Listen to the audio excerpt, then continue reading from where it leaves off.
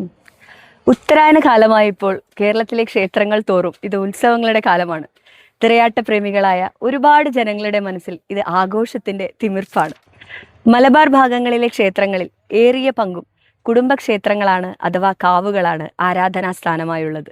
തിരയാട്ട പ്രേമികളായ ഒരുപാട് ജനങ്ങൾ കാത്തിരിക്കുന്ന ഒരു തിരയാട്ടമുണ്ട് ഇങ്ങ് തെക്കേ മലബാറിൽ, കോഴിക്കോട് ജില്ലയിലെ വെള്ളിപറമ്പ് എന്ന ഗ്രാമത്തിൽ ശ്രീ ഇളയിടത്ത് ദേവി ഓടക്കാളി ക്ഷേത്രത്തിലെ കരിന്തണ്ടൻ മൂർത്തിയുടെ തിരയാട്ടത്തെക്കുറിച്ചാണ് ഞാൻ നിങ്ങൾക്ക് പറഞ്ഞു തരുന്നത്. സൃഷ്ടി ബ്രഹ്മനും സ്ഥിതി വിഷ്ണുവാണെങ്കിൽ സർവസംഹാരകൻ ശ്രീ മഹാദേവനാണ്. മഹാദേവന്റെ രൗദ്രഭാവത്തോടും നായാട്ടോടും കൂടിയുള്ള ഒരേ ഒരു തിരയാട്ടമാണ് കേരളത്തിലെ ഇങ്ങ് നമ്മുടെ കോഴിക്കോട് ജില്ലയിൽ വെള്ളിപറമ്പ് ശ്രീ ഇളയിടത്ത് ദേവി ഓടക്കാളി ക്ഷേത്രത്തിൽ നടക്കുന്ന കരിന്തണ്ടൻ തിറ.